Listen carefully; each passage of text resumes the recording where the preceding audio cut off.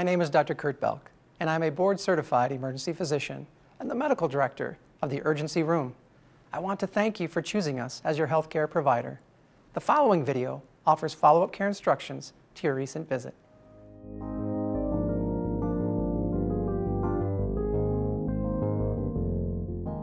I'm Dr. Peter Bagenstos, a board-certified emergency room physician. Your child was seen at the urgency room today for an illness with a fever. At this time, the doctor found no signs that your child's fever is due to a serious or life-threatening condition. Children often develop fevers because their bodies are fighting illness or infection.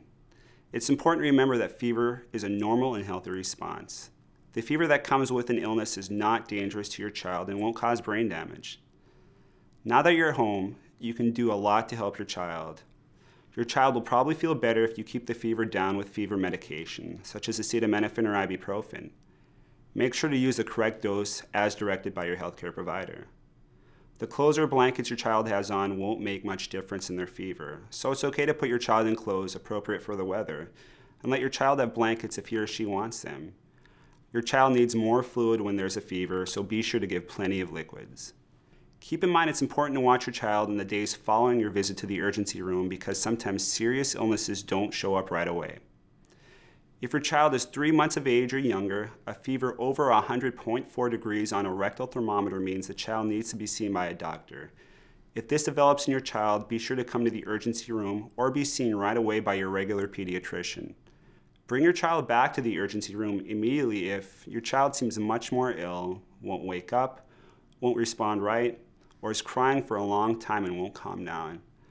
Your child seems short of breath or is breathing fast, struggling to breathe, experiencing the chest pulling in between the ribs or over the collarbones, or is making wheezing sounds.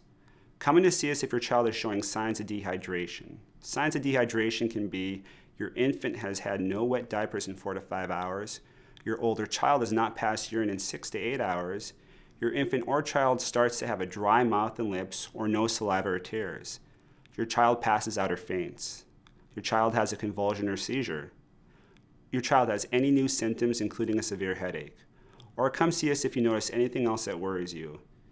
If your urgency room doctor told you to follow up with your child's regular doctor, it's very important that you make an appointment with your clinic and take your child in to see a doctor.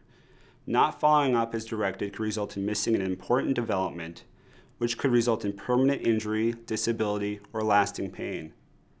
The information in this video is meant for children with a fever. If you're a teenage child or you have a fever, please watch our video titled Fever in Adults.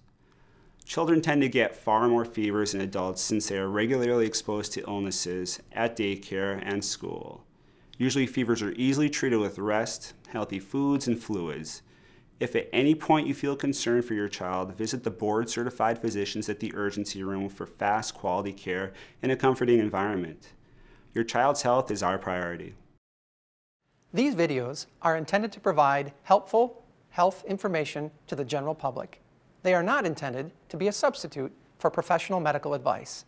You should not use this information to diagnose or treat health problems, and you should not use these videos in place of a call or visit to a medical professional. Talk with your physician about the proper treatment for your particular condition, and always follow your physician's advice. If you think you need an ambulance or are experiencing a medical emergency, please dial 911 immediately.